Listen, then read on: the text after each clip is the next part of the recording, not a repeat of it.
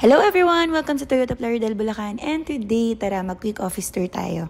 Sa mga client na minamanifest ko na pumasyal and eventually mag-release ng unit sa akin, tara, samahan niyo po ako.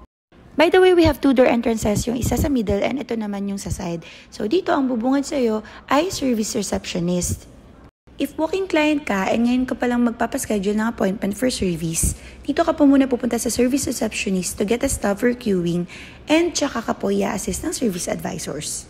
In front of our service reception ay ang aming customer relations department naman.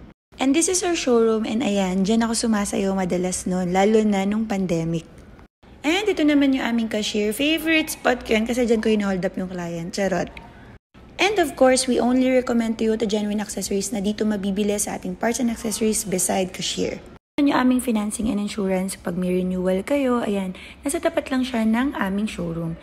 And yun naman, let's go sa VKL Sales Office. So, dyan kami nag-office mga ahente.